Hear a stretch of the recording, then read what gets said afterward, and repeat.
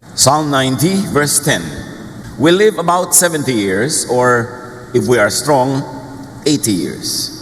But most of them are filled with hard work and pain. Then suddenly the years are gone and we fly away.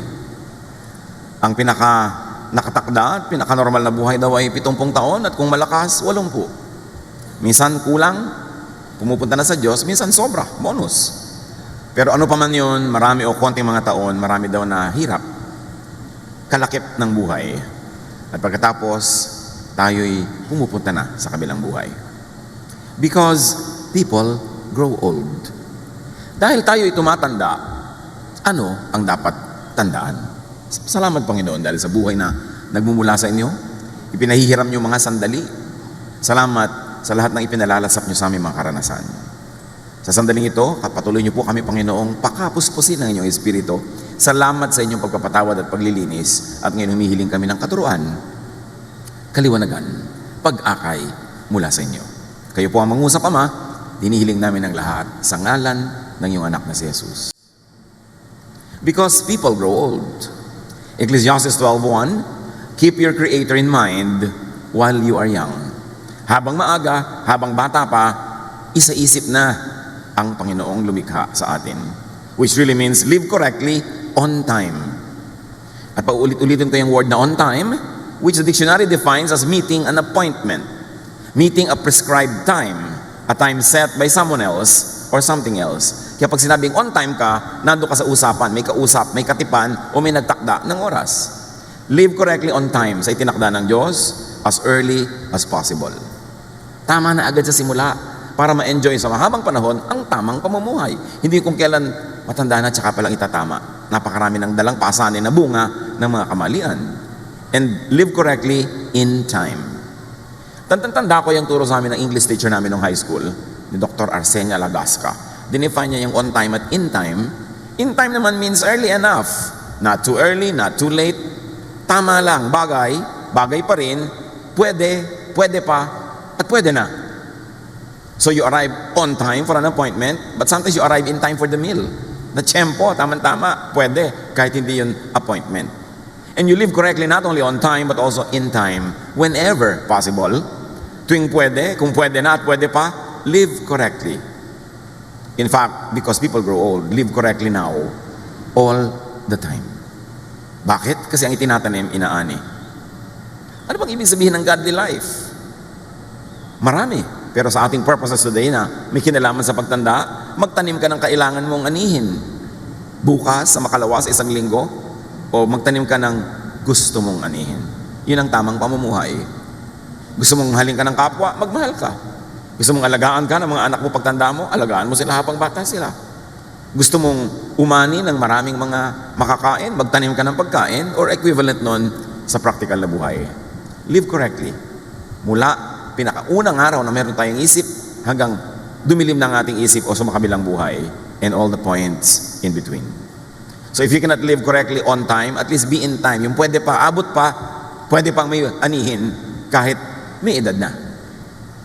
Ecclesiastes 12:1, in years to come, you will be burdened down with troubles and say, I don't enjoy life anymore. Darating daw yan sa panahon ng tao na sasabihin, hindi na ako enjoy sa buhay. Lalo na kung may nararamdaman, lalo na kung malungkot, lalo na kung kapos.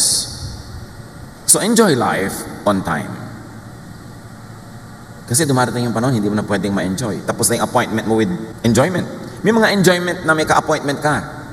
May ka-appointment ka na mag-enjoy sa ganung panahon, sa ganung oras. Keep that appointment. Huwag ka maging huli. But kung sakasakali man na nagmintis, dumaplis, enjoy life in time. Marami namang pwede pa eh. O pwede na. And enjoy life all the time. Bakit? 70 years lang daw binigay sa atin. Kung malusog ka, 80. Kung sobrang may bonus, lumalampas pa doon. Pero kung minsan, hindi ka lagi malusog paglampas doon. Minsan naman, 7 pa lang. Sa kabilang buhay na. So hindi mo dapat ipaghintay. Dapat you enjoy life all the time. Because you don't know how much time you, in particular, have. Ecclesiastes 11:9, be cheerful and enjoy life while you are young. Do what you want and find pleasure in what you see. But don't forget that God will judge you for everything you do.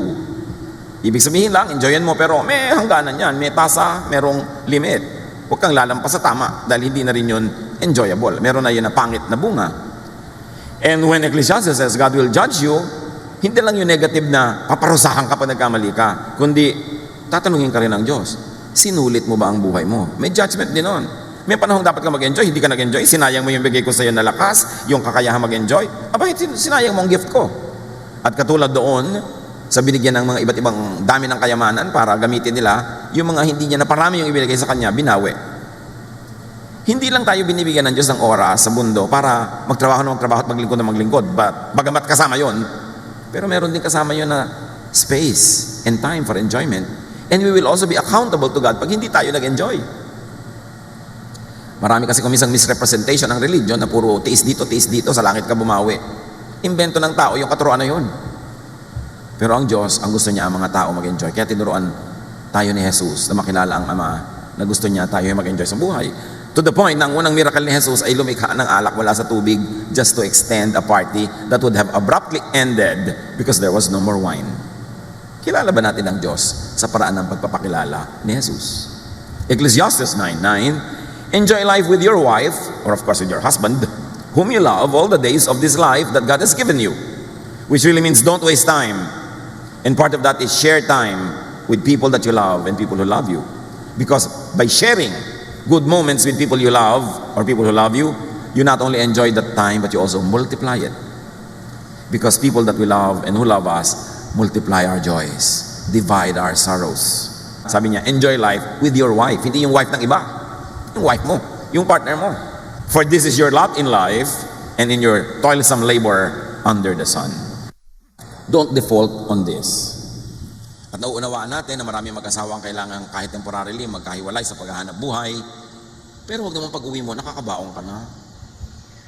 Huwag naman pag-uwi mo, ang tanda-tanda mo na parang na lang kayong magkapatid. Sayang. Binibigyan ka ng Diyos ng kapartner sa buhay at hindi naman lahat ay may ganong klaseng blessing. Dapat don't default on that privilege.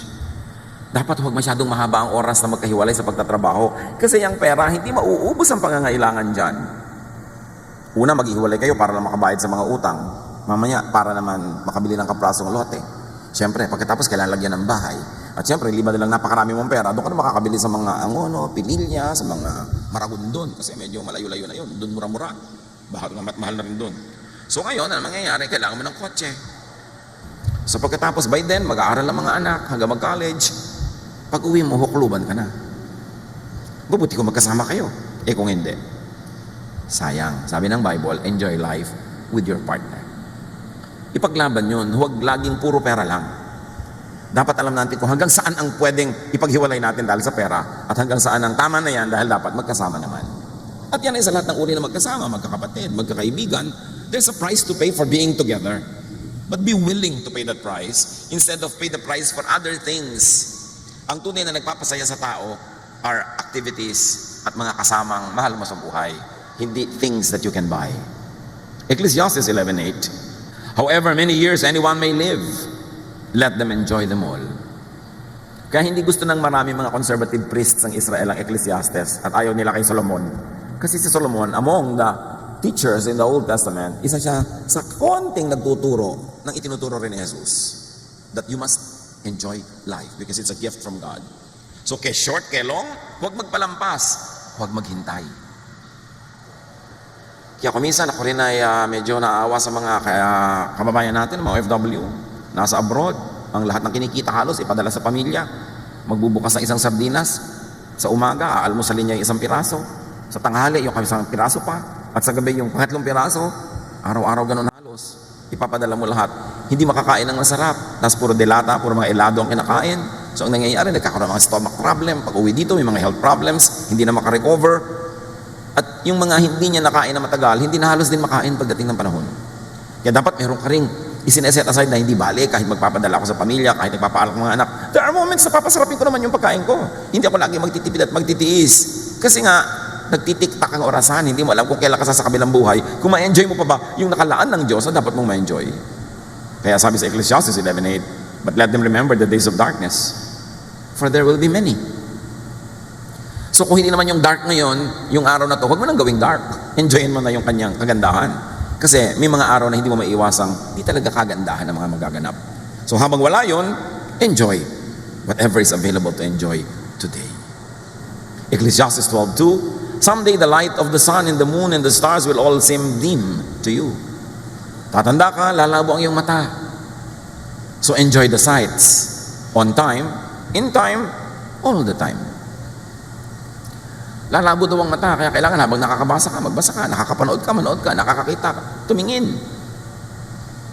Kaya nga kuminsan, lagi natin pinapayahon yung mga sobrang mahilig mag-selfie, gagastos ng maraming pera, pupunta sa mga magagandang lugar, hindi naman nila actually natitingnan yung lugar kasi busy-busy sila magpa-picture. So pag tumingin ka sa mga travel picture nila, hindi mo naman nakita yung lugar, sila ang nakita mo. Sayang, nagpunta ka pa doon, dapat yun. Hindi ka nagtitake ng picture o mag-take ka ng konti, pero manahimik ka, tingnan mo, titigan mo, kasi baka hindi ka na bumalik doon uli. Iba naman siyempre, pag personal mo nakikita, kesa nakikita mo lang sa Facebook. Ecclesiastes 12:2, rain clouds will remain over your head pagdating ng araw. So habang maaga, go out. Kasi uulan at uulan, darating yung mga panahon na hindi pwede. Be out. Live your life. Live your truth. Enjoy your life. Kasi hindi mo alam kung kailan yung deadline ng earthly life mo. Ecclesiastes 12:3, your body will grow feeble, your teeth will decay, and your eyesight will fail. Hihina ang mga kasukasuan, maglalaglagan ang mga ngipin, lalabo ang mata. Therefore, be active habang kaya. Kung pwede na, active na. Kung pwede pa, active pa rin. All the time. Because you have all the time to be old. If you'd be given many, many years. Huwag ipaghintay. Dapat everyday meron kang konting bakasyon kahit ilang minuto. Bakasyon from others. Yung matahimik naman yung tenga mo sa bunganga ng kasama mo. Kailangan meron ka ilang minuto man lang na everyday na ganun. Huwag mo ipaghintay ng after 1 year tsaka ako magbabakasyon. Kasi baka mamaya, bawian ka na ng buhay, hindi na dumating yun. So meron ka dapat ine-enjoy na konting, kahit konti lang na pagkain everyday, hindi magtitiis ka, next month na ang kain. May konti kang iniaagaw. May konti kang time to enjoy, to relax, every day. Because the Lord's blessing is new every morning.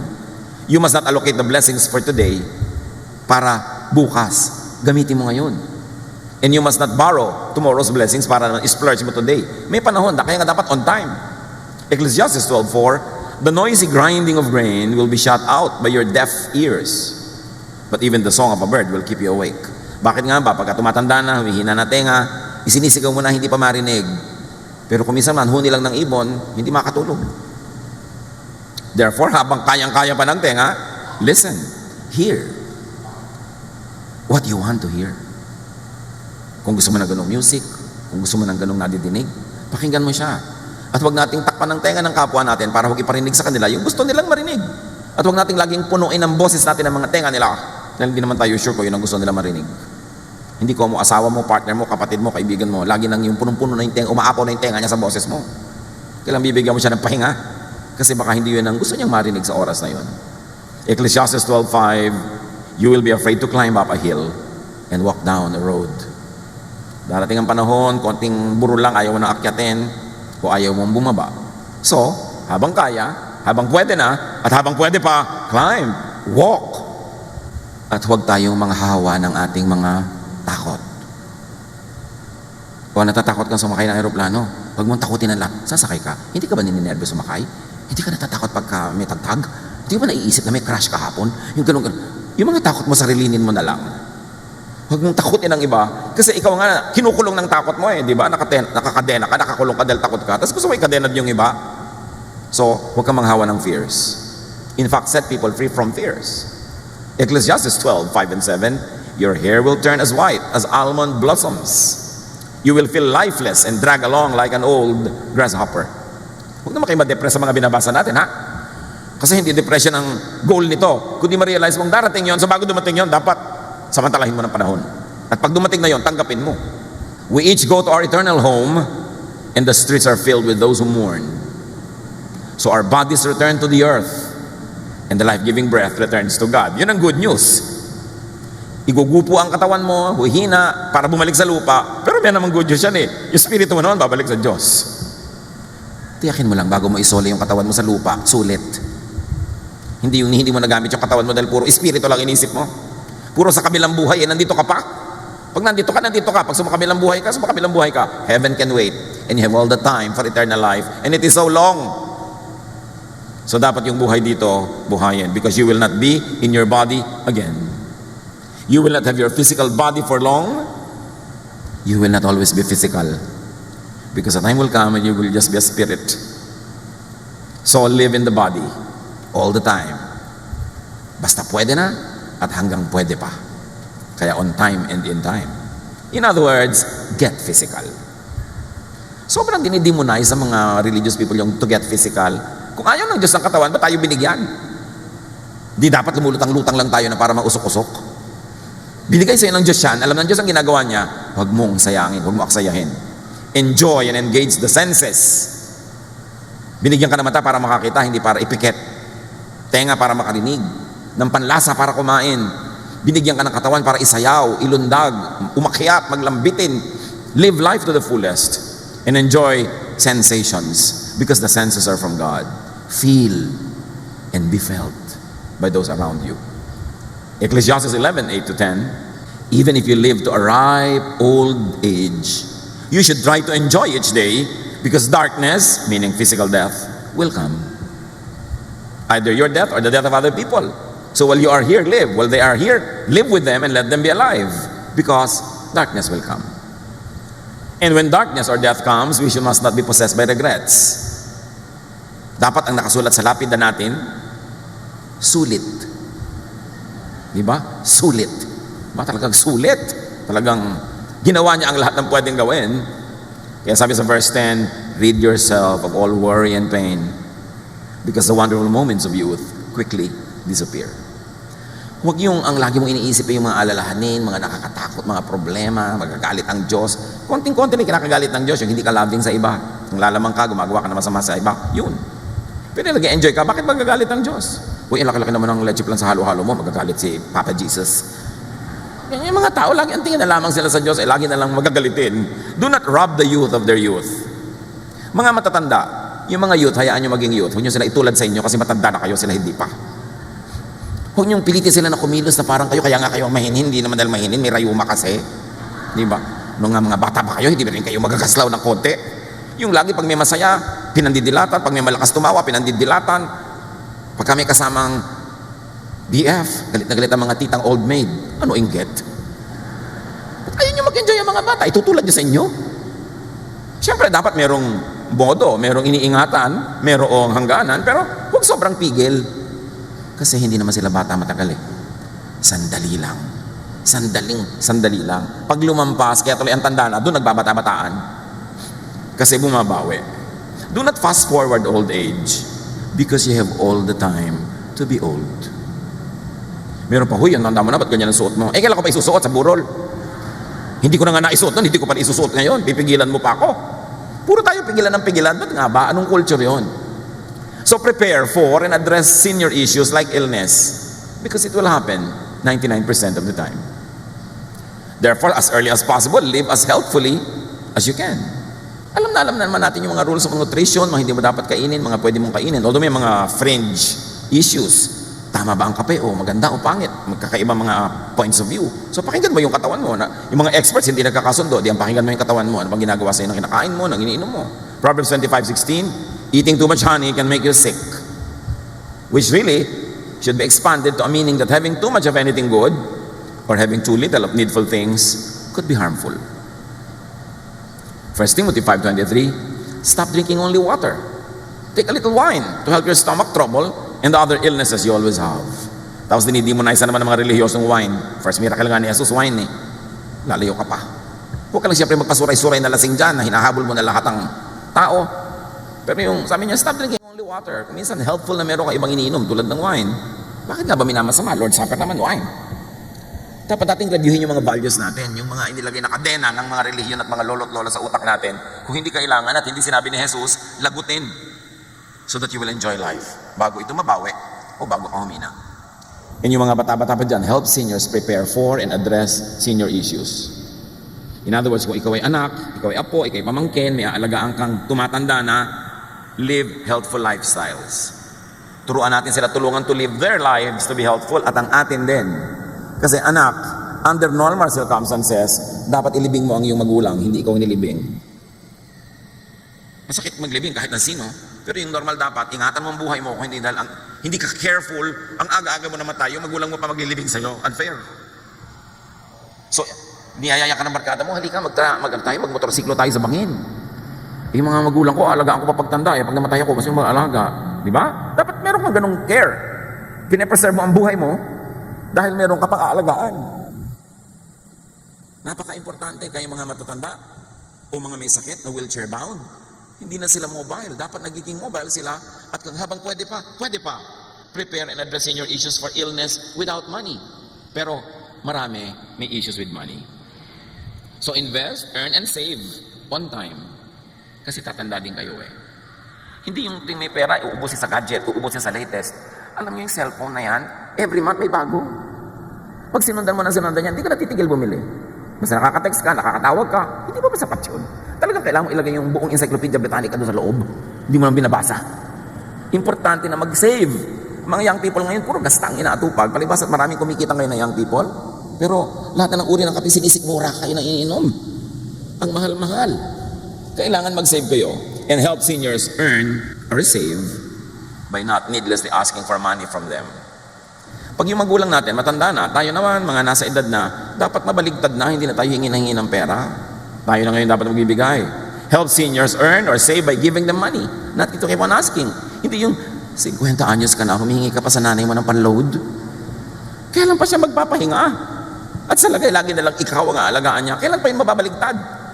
Kaya napakasama niyang drugs. Kuminsan yung natutunaw ang utak ng mga nagiging sobrang dependent, ang tanda-tanda na, pati yung laman ng savings ng nanay niya, ninanakaw pa kuminsan dahil nasisira ang isip. Kaya mahalagang bantayan mo sarili mo, magpakatino ka, magpakayos ka, kasi may magulang kang dapat mo itaguyod. Di pag hindi ka nagpakatino, di ikaw pa rin ang itataguyod ni magulang. Hindi na mare-reverse yung mga roles niyo. Mark 7:11, sabi ni Jesus sa mga religious people, na yung mga religious people, sinusurusulan yung mga tao na, kahit hindi nyo na ibigay sa magulang nyo yung pera nyo, ibigay nyo lang sa temple, okay na yon. Sabi ni Jesus, you let people get by without helping their parents when they should. You let them say that what they own has been offered to God. You won't let those people help their parents. And you ignore God's commands in order to follow your own teachings. So pinapagalitan ni Jesus yung mga religious leader.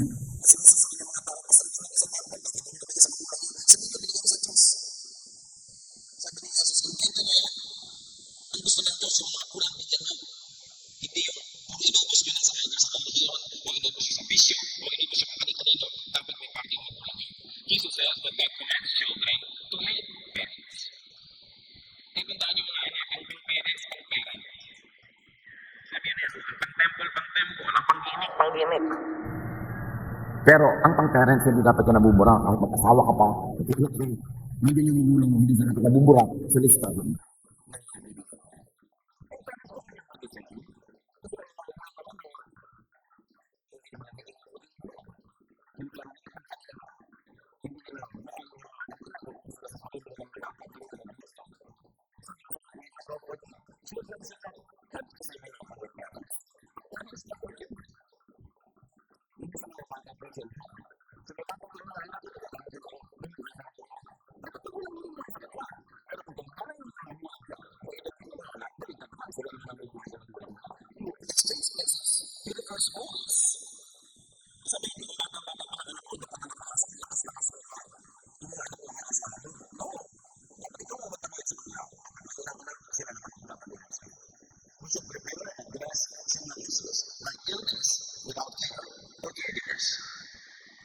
Yan ang isa ng mga matanda. Paano kaya pagtanda ko? May mag-aalaga kaya sa akin? Kaya ang mga matatanda, mga magulang, sinusuri ang mga nobyo-nobya ng mga anak nila. Ang tinitingnan ng magulang, ito kayang babaeng ito na girlfriend ng anak ko. Alagaan kaya ako nito pagtanda ko? O bubulagin niya lang yung asawa niya na anak ko na wala kong pasalanan. Shopping niya lang sila. So, kung yung magulang nakatingin na ganyan sa mga nobyo-nobya. Kasi, kasali lang sa bulsa. So, serious sa beauty. And readiness to care for them. Hindi sila kahit kailan tumating sa ibang moment na pagdududa kung aalagaan niyo sila o hindi kung sila tumanda. And be willing, ready, and able to give care. It's part of the deal. Life is like that.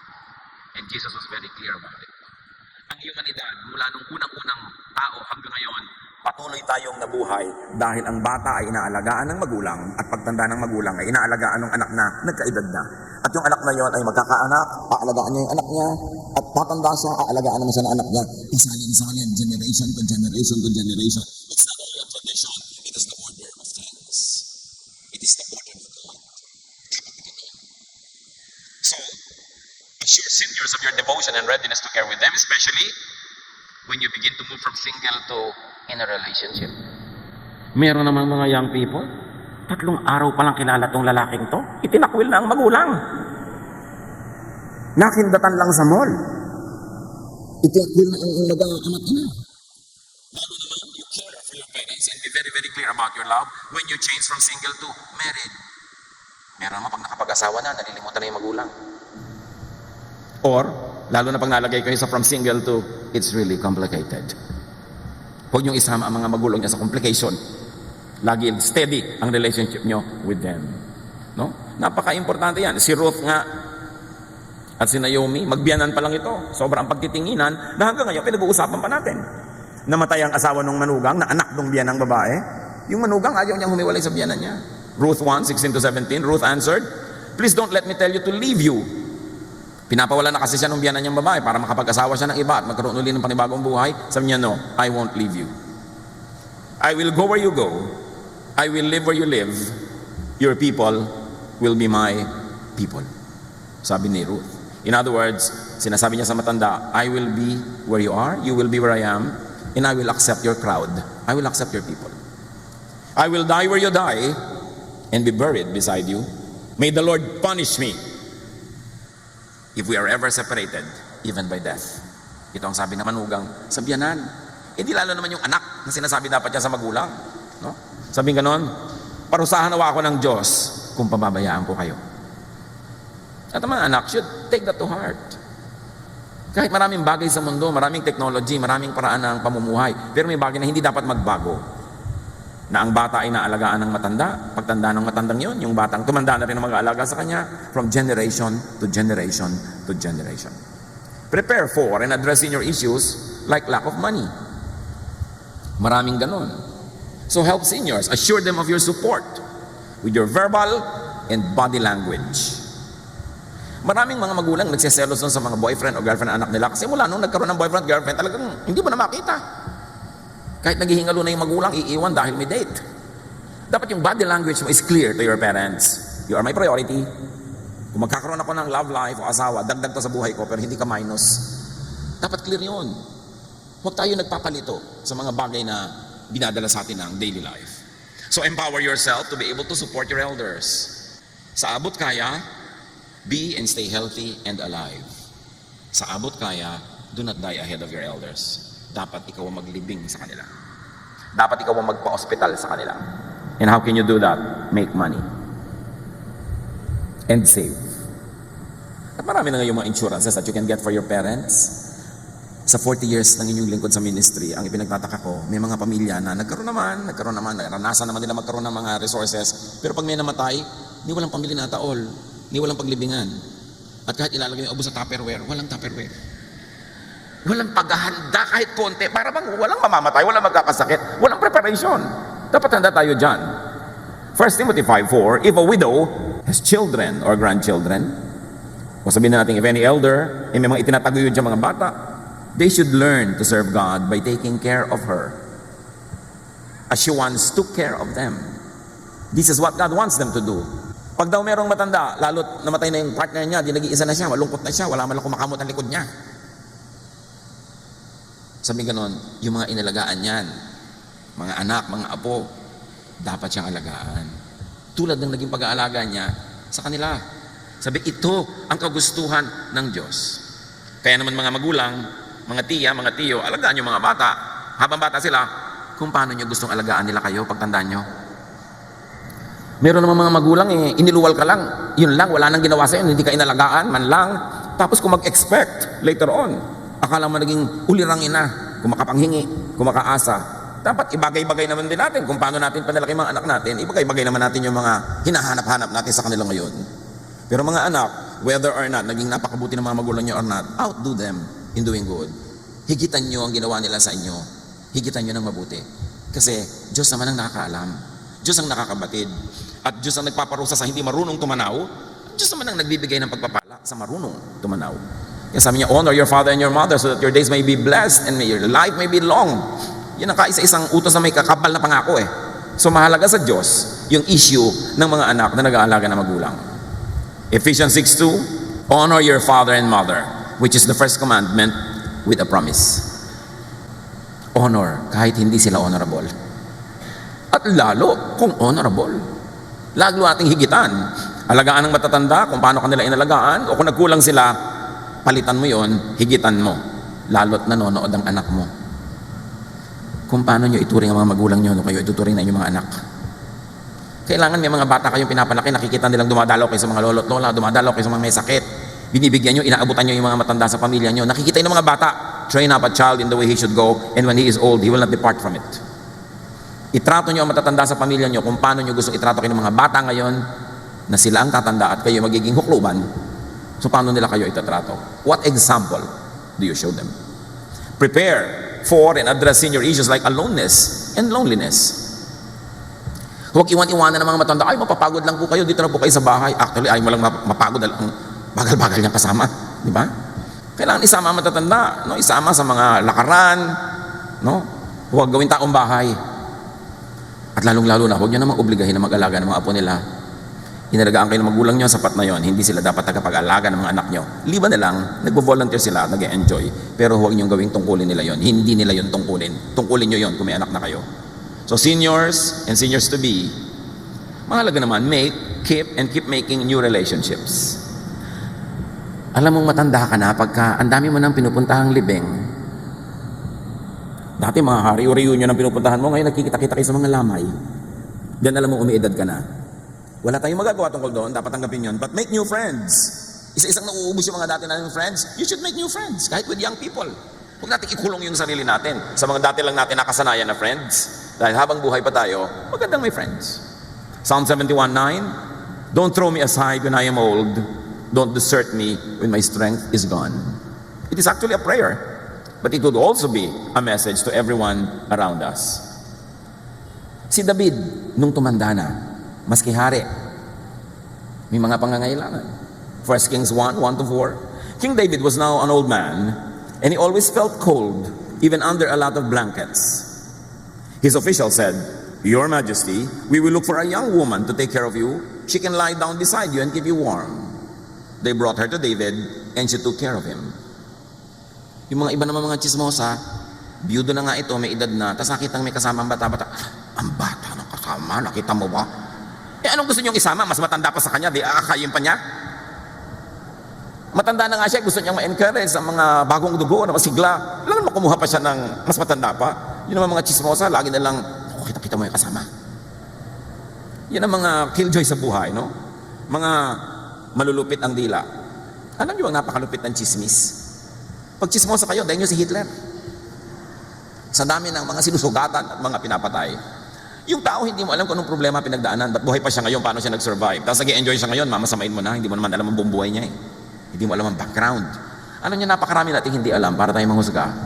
We don't know. Kung minsan makikita mo, merong isang tao, uy, bakit naman yung tao na yan? Maluwag sa buhay, yung mga kapatid niya ang hihirap, di mo lang tulungan. Anong malay niyo kung naghihirap na nga siya katutulong? Anong malay niyo kung wala ka kwenta-kwentang tulungan yung mga kapatid niya? Who do you judge? You don't know. But people are only just trying to survive. People are trying to make sense of life. And people are trying to make the most out of the little that there is. So help by assuring seniors of your presence, by providing seniors with your presence. O kung hindi nyo sinasamahan ang mga nanay nyo, mga tatay nyo, ibilin nyo ng kasama. Ikuha nyo ng caregiver. Sabihin nyo, nanay, manood po kayo ng sine, libre naman ng senior, o etong kasama nyo, libre nyo na rin. Pag nilibre ko na, hindi ko kayo pwedeng samahan, pero eto, ganon. Pero huwag nyo silang bulukin sa bahay. John 21:18, I tell you for certain that when you were a young man, you dressed yourself and went wherever you wanted to go. But when you are old, you will hold out your hands, then others will wrap your belt around you and lead you where you don't want to go. So dapat hindi ganun ang mangyari. Kahit matanda na siya, kahit kayong gagastos, respect their wishes. Kung anong gusto nilang puntahan, sino gusto nilang kasama. Address senior issues like concern for the vulnerability and helplessness of their loved ones. Nakakakita ba kayo ng mga pelikula na mamamatay na yung matanda, naghihingalo na, nalalagot ang hininga, tapos sabi, teka, alagaan yung kapatid nyo, o magbibilin. Kasi concern ng isang matanda, yung iba niyang mahal sa buhay na talunan sa buhay, mga dihado. So, i-assure nyo sila, sa abot ng inyong kaya na yung mahal nila na maiiwan, mamahalin nyo rin in their place. Tatangkilik nyo rin, para tahimik sila. Genesis 37:3, Jacob loved Joseph more than he did any of his other sons. Because Joseph was born after Jacob was very old. So in other words, mas minahal nitong magulang yung anak na yun kasi ang tanda na niya nung isinilang si Joseph. Hindi na niya nabigyan ng first class care. So, nagme-makeup siya, binibigyan niya ng ganitong balabal, binibigyan niya ng care. Ganun talaga ang tao. So mahal yung magulang nyo, mahalin nyo rin yung mga mahal nila. Para matahimik ang loob nila. Kung ikaw naman yung anak na laging inaalala o alalahanin, help seniors by strengthening yourself. Ang pinakamagandang regalong maibigay nyo sa magulang nyo ay yung hindi na nila kayo iniisip at inaalala. Kasi okay naman kayo. So gawin mong okay ang buhay mo para mawala ka sa listahan ng mga pinoproblema na yung magulang. Proverbs 13:1, children with good sense accept correction from their parents, but stubborn children ignore it completely. Nagwawalda sila ng buhay na later on naman magulang nila ang nagsasuffer. Proverbs 28:7, you disgrace your parents and you make them worry if you make friends with worthless nobodies. Kaya concern ng mga magulang kung sinong kaibigan mo, sinong kasama mo. Kasi kung pahamak yung mga yan, mapapahamak ka. Kung mabuti sila, mapapabuti ka. So huwag ka dapat na-o-offend kung yung mga magulang mo. Minsan, sinusukat at sinusuri yung mga kaibigan mo. Yun lang interest mo ang kanilang nasa isip niyan. Proverbs 29:3, if you love wisdom, your parents will be glad. But chasing after bad women or men will cost you and your parents everything. Your choice of jowa will directly affect your parents. So isip-isipin nyo kung sino yung jowa. Sabi ng matatanda, ano ba yung jowa? Nabibili po yun sa grocery. Ipagtanong nyo. Proverbs 28:24, if you cheat your parents and don't think it's wrong, you are a common thief. Sabi ni Jesus, give to Caesar what is Caesar's. Extend it. Give to nanay what is nanay's. And to boyfriend what is boyfriend's. Huwag nyo inaalis ang magulang nyo sa equation kahit sino man ang pumasok at lumabas sa buhay nyo. Kasi permanent ang relasyon nyo sa inyong magulang. Sa inyong mga sweetheart, hindi pa nga lagi Pahalagahan yun. Help seniors by assuring them of your willingness and ability to help those they care about. 1 Timothy 5:8, people who don't take care of their relatives, and especially their own families, have given up their faith. They are worse than someone who doesn't have faith in the Lord. Sino doong mas masahol pa sa walang pananalig sa Diyos? Yung pinapabayaan ang sariling pamilya. Seniors naman, syempre, behave. Encourage the young people in your family to be very helpful and kind to you by behaving. Huwag umabuso. Yung iba naman, abuso na. Alam niyo naman na swelduhan lang yung anak niyo, kahit hindi pa 15 o katapusan, hingi na kayo ng hingi na kung ano-ano. Ano siya, magician. So dapat igalang din natin yung limitasyon ng ating mga anak. Huwag yung nagpapa-baby tayo sobra, na nagkakalubog-lubog na sila sa utang. Dapat lumagay sa lugar ang lahat. Tama ang kilos ng anak, tama ang kilos ng magulang, tama ang kilos ng mga biyanan, ng mga manugang. Yun ang peace on earth. And prepare and addressing your issues like death and afterlife. Prepare for yours and prepare for your parents, your elders' departure, their graduation. Mahalaga yun. About growing old, do not worry. Wala ka rin naman magagawa kahit ka maglala. O kung talagang kuminsan dinadapuan tayo ng worry, minimize worry. Itaboy, kontian lang. Sabi ni Jesus sa Matthew 6:25 and 27, I tell you not to worry about your life. Don't worry about having something to eat, drink, or wear. Can worry make you live longer? Why do you have such little faith? Ipabahala sa Diyos ang hindi natin kayang saklawan. Do what can be done on time and in time. Ecclesiastes 3:1 says, there is a time for everything. And there's a season for every activity under the heavens. So mayroong time, an exact spot for appointments with life. Yun yung on time. And there's an extended time called a season. Yun yung in time. Pwede na, pwede pa rin. May mga exact, mayroong mga hindi exact. Pero may oras para sa lahat. Make preparations for and attend to your elders' golden years and to your own. Seek spiritual and emotional stability as early as possible so that you will enjoy a long life of stability, and seek financial security and independence as early as possible. Mahirap kung mawala sa hirap yung pamilya na iisa lang kumikita, lahat gumagastos. Dapat yung lahat ng members may kanya-kanyang paraan ng pagkita kahit konti-konti. At nagko-contribute sila by saving resources and by investing. Hindi nagkapera ka, shopping agad. Hindi mo isiping magnegosyo kahit konti. Kailangan may ibang kumikita. Hindi pwedeng one income lang isang household. Unless pagkalaki-laki ng income na yon, nakagapos kayo lagi sa budget.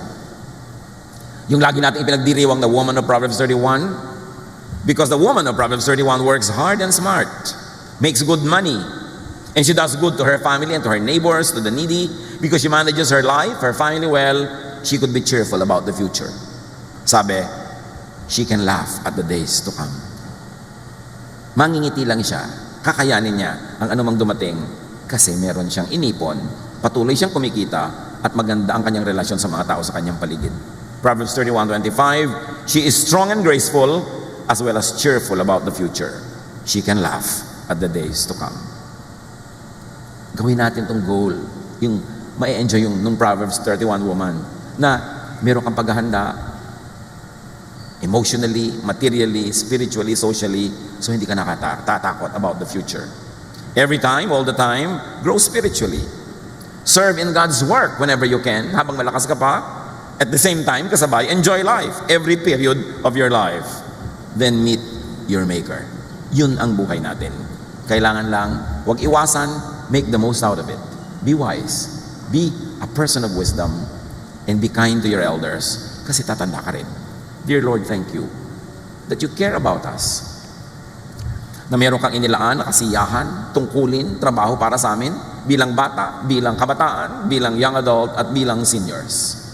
Lahat ng periods of our lives, alam niyo, Panginoon, at may ibinigay kayong assignment, at ganoon din may ibinigay kayong mga privileges. Teach us to be wise, to know all those, so that we can do our part and get our share.